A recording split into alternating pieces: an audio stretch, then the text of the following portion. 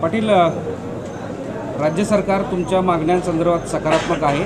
आत्ता काही वेळापूर्वी देवेंद्र फडणवीस असं म्हणाले की सर्वोच्च न्यायालयाने रक्तनात्यातील संदर्भातले निकष ठरवून दिलेले आहेत, त्यानुसार नोटिफिकेशन काढण्याची प्रक्रिया सुरू आहे आणि तुम्ही तुमचं उपोषण स्थगित करा. नाही, उपोषण असं कसं स्थगित होईल? असं कसं स्थगित होईल उपोषण?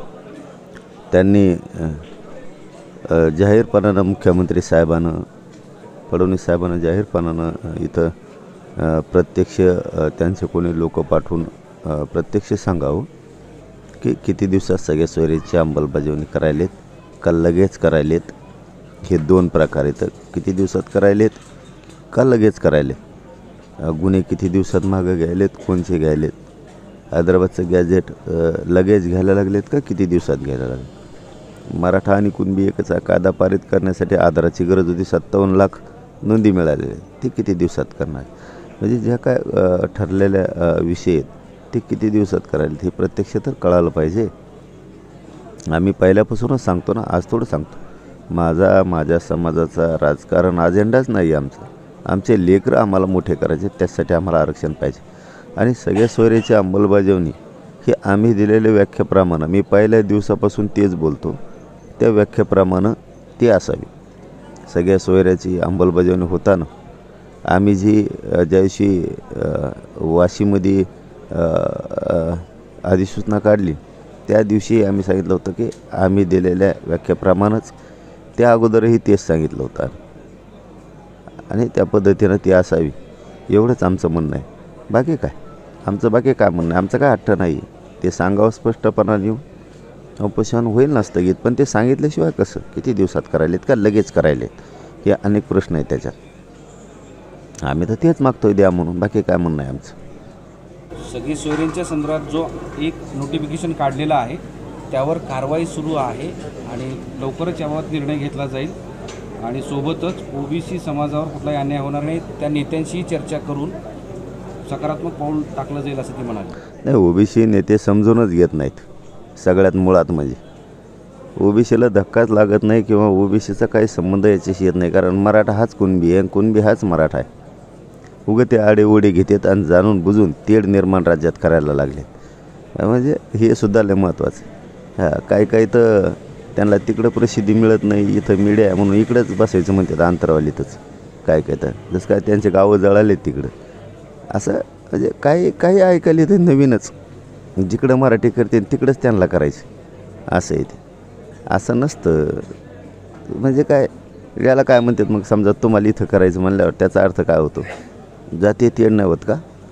मुद्दाम तुम्हाला जातीय तेढ निर्माण करायचं आणि नावं आम्हाला ठेवता जातीवादी आहेत म्हणून आम्ही. आणि तुम्ही म्हणणार इथं बसणार आम्ही, तिथं बसणार आम्ही. मग याला काय म्हणतात? जाणून बुजून जातीवादच म्हणतात ना. आणि स्वतःला लय प्रगल्भ विचाराचे ओबीसी नेते म्हणून घेते स्वतःला. आणि इकडं बसणार आणि तिकडं बसणार. जरी संविधानिक अधिकार असला तरी पण काय असं जिथं तेढ निर्माण होईल तिथं बसणार का? काय विचार आहेत बघा ना यांचे. शाहू फुले आंबेडकरांचे विचार देशाला सांगत पळत येत, नुसते भाषणं ठोकीत. काय यांचं बघा ना. हे सरकारचंच जाणून बुजून षडयंत्र आहे. सरकारने आणखीन एक काल परवा षडयंत्र केलं आहे सरकारनं. आम्ही मुख्यमंत्र्याला खूप चांगलं मानतो आत्तापर्यंत, इथून पुढेही मानणार आहेत शिंदे साहेबाला. त्यांचा ओएडीत आमचे लोक पार दिल्लीपोत घेऊन पळायला. आता आम्हाला कळतं सगळं, कोणाच्या गाड्या आहेत वापरायला काय आहेत. आता नवीन काय षडयंत्र असलं आहे मुख्यमंत्र्यांच्या ओएडीनं काय माहीत. आता दिल्लीला जायला लागलेत आमचे काय बांधव. आता त्यांचा काय दोष नाही, त्यांना बकरा करायला लागले. पण आता हे काय डाव रचेला आहे.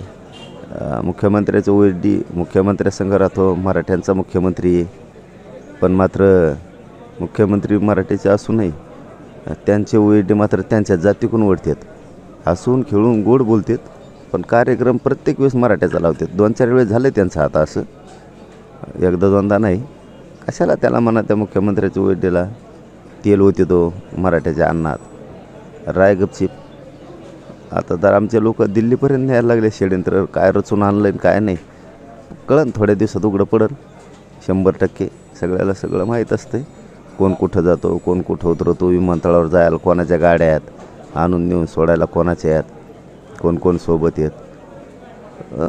मुख्यमंत्र्याला तर आम्ही खूप चांगलं मानतो ना आम्ही. ते षडयंत्र काय आहे? आता उघडं पडेल ना, आता माहीत नाही ना, 1-2 दिवसात होईल माहीत आम्हाला. हे तर माहीत झालं ना, ही काय साधी सोपी गोष्ट आहे का एवढं माहीत होणं. पण हे पण इतकं सरकारच्या सगळ्या संस्था यंत्रणा असून आमच्यासारख्या गोरगरिबाच्या पोराला जर हे माहीत होतं आहे, आणखीन काय पाहिजे. मुख्यमंत्र्याला आम्ही खूप चांगलं मानतो. इथून पुढंही मानणार आहे, तिथून मागंही मानत होतो आणि आजही मानतो मी तर. परंतु त्यांचे OSD असे लोकाला घेऊन दिल्लीला, आता मुंबई संपली, आता दिल्लीपर्यंत घेऊन चालले. आता तिकडून काय बनवून आणतात काय माहीत. काय आणलं असं साच्या बनवून, काय मला बदनाम करण्यासाठी किंवा मराठ्याला बदनाम करण्यासाठी काहीतरी आणलं असणार आहे बहुतेक. आता ते त्यांना जाणाऱ्याला बोलून उपयोगच नाही, कारण हे षडयंत्र सरकार घडून आणत आहे ना. ते काय बळीचे बकरे करणार आहेत त्यांना. आम्हाला कालच माहिती मिळाली 2 दिवसापासून, अमुक चालू आहे तमुक चालू आहे, पण डिटेलमध्ये होईल आज उद्या 2-1 दिवसात होईल माहिती. काय सरकार, काय OSD. अरे चांगलं करायचे कामं करा, काय OSD आहे काय स्वतःला शहाणा समजतं. अरे बाळा चांगलं करायचं कामं करा. फुटलेल्याला जवळ करता, फुटलेल्या लोकाला जवळ करता, समाजाला जवळ करा. माया मराठ्याला गोरगरिबाला काय मोठेपणे तुम्हाला त्याच्यात. ठीक आहे, तुमचं तुम्हाला लक लाभ. मला काय त्याच्यावर जास्त बोलायचं नाही, फक्त माहिती मिळाली आणि ती खात्रीला आहे. ती खोटी नाही, काय नाही. विमानतळावर सगळे CCTV आहेत, अमुक आहे तमुक आहे, सगळं आहे. उतरलं आहे, कोण कुठं उतरलं आहे, काय केलं आहे. आपण खोटं बोलत नसतो. मुख्यमंत्र्याला बदनाम करायचं काम दिसते OSDचं बहुतेक. अच्छा, या षडयंत्राचा काय परिणाम होईल असं वाटतं? परिणाम माझ्यावर काय परिणाम होणार आहे आणि माझ्या समाजावर बी काय होणार आहे ते षडयंत्राचं. काही असू द्या म्हणतो ना मी तुम्हाला.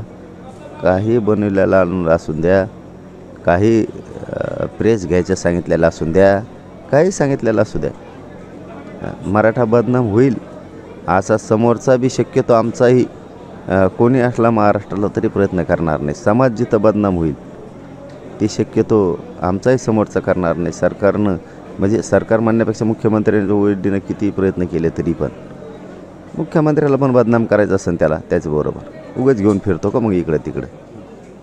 जाऊ दे तो विषय, समोर आल्यावर बघणारच आहे समाजसुद्धा. आता समाज तरी किती दिवस गप्प बसेल मग, वेळोवेळी जर असंच व्हायला लागलं तर.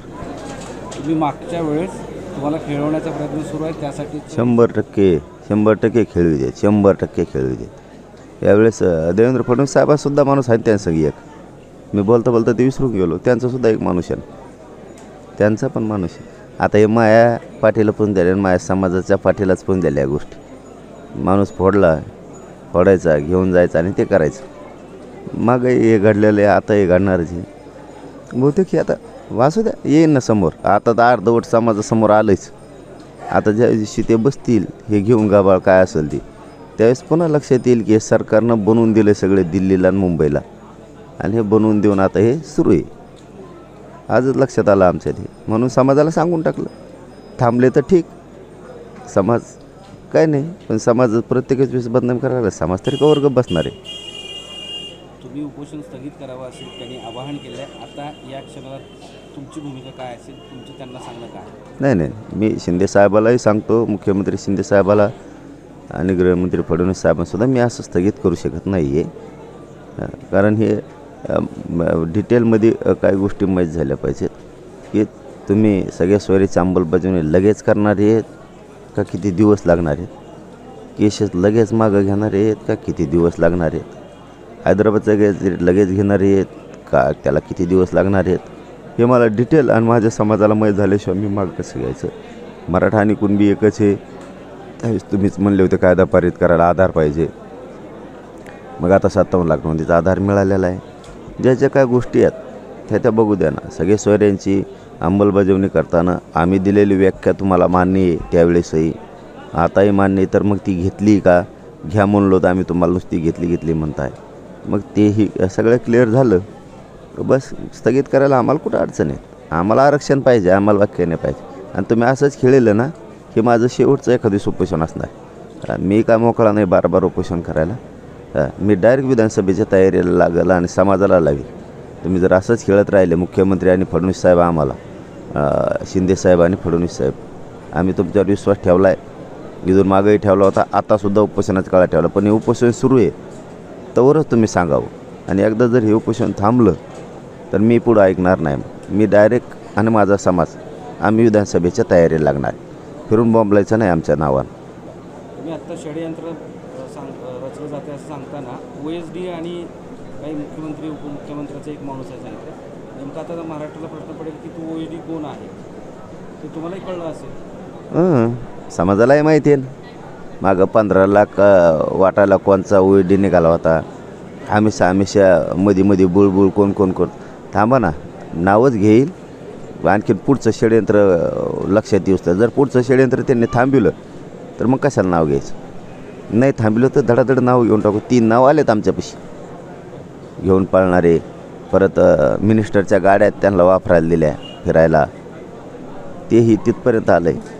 कोणत्या मिनिस्टरच्या दिल्यात काय माहीत, आता ते माहिती येईल आमच्याकडं. जर पुढचं दिल्लीला जाऊन काय बाखळा खोटा तयार केला आहे, काय केला आहे हे एकदा सांगायचा जर प्रयत्न केला तर धडाधड नावं घेणार आम्ही. आणि ते इथं शांत बसले तर चांगली गोष्ट, नाही बसले तर आम्ही नाव घेऊ. आता तुम्ही जे सांगितले की हे सगळं जे टाईम बॉन्ड कार्यक्रम जे आहे सांगावा सरकारनं असं म्हणतात, तर ते प्रत्यक्ष येऊन का तिथून पत्र पाठवलं तर किंवा लेखी दिल्यानंतर तुम्ही उपोषण मागे घेणार आहात त्या संदर्भात? नाही तर प्रत्यक्ष चर्चा झाल्याशिवाय कसं, त्यांचे मंत्रिमंडळाचे लोक कोणी येऊन प्रत्यक्ष चर्चा केल्याशिवाय कसं मराठ्यांनी विश्वास ठेवायचा कोणावर? आम्ही आंदोलक आहेत, आम्ही हमेशा विश्वास ठेवतो. आणि सरकारवर विश्वास ठेवण्याचं काम असतं आंदोलकाचं. मुख्यमंत्र्यावर विश्वास ठेवणं, उपमुख्यमंत्र्यावर विश्वास ठेवणं, सरकारवर विश्वास ठेवणं हे आंदोलकाचं काम असतं. आणि आम्ही विश्वास ठेवला आहे. करायचं का नाही ते बघते. आम्ही थोडे दिवस करू उपोषण, आम्ही तरी किती दिवस करणार? कारण तुम्ही जाणून बुजूनच जर आम्हाला मारायला निघाला असताल, लागतील विधानसभेच्या तयारीला गोरगरीब सगळे मराठी, सगळ्या जाती धर्माला घेऊन.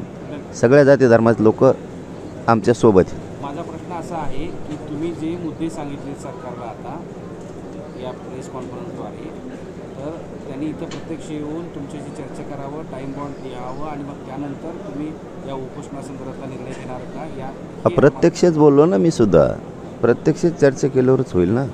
असं लांबून गोळ्या हाणून होत असतं का? एवढा मोठा विषय मराठ्याच्या आयुष्याचा आहे, भविष्याचा प्रश्न इतका मोठा, ते कुठं लांबून गोळ्या हाणून होतं का? प्रत्यक्ष चर्चा करून होईल ना. माझं म्हणणं आहे बाबा, प्रत्यक्ष चर्चा करून तुम्ही हे विषय गोडी गुलाबीनं हाताळा. उगं तयाऱ्या नका करू. इकडून जाळं रचून ठेवीन, तिकडं जाळं रचून ठेवीन, षडयंत्र रचून ठेवीन, याला घेऊन इकडे हिंडन, मुंबईला हिंडन, दिल्लीला हिंडन, इमानाने हिंडन. षडयंत्र न करू, तुम्हाला लय मागात पडत. मी बार सांगतो तुम्हाला लय मागात पडत.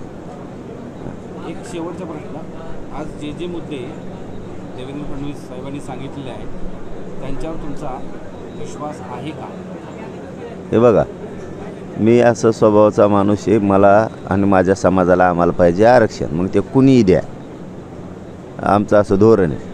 आमचा शिंदे साहेबांवरती आजही विश्वास आहे, सरकारवरती आजही विश्वास आहे. आम्ही मागंही सांगितलं, देवेंद्र फडणवीस काही शत्रू नाही आहेत आमची. मागंच सांगितलं आहे का? आज थोडं सांगायला मी 10 महिन्यापासून सांगतो. पण ते काड्या करतात, मग त्यामुळं आपल्याला नाही जमत. जातीच्या माया आणि आरक्षणाच्या विरोधात बोललं मी खपून घेत नाही आणि ऐकून घेत नाही कोणाचं. त्यांनी हे सगळं बंद करावं. ते काय शत्रू आहे का आमचे? मागं आरक्षण दिलं तर याच मराठ्यांनी सगळं मदत केली ती त्यांना सगळ्यांना. आमचा सगळ्यावरच विश्वास आहे. आम्हाला आरक्षण द्या. आम्ही काय सांगितलं पहिल्यापासून, कुणीही द्या, आम्हाला आरक्षण पाहिजे. मराठी त्याला डोक्यावर घेऊन नसते. आमचं हे म्हणणं आहे. नाटकं मी ऐकून घेणार नाही आणि मराठ्यावर होणारा अन्याय मी सहन करून घेऊ शकत नाही. धन्यवाद.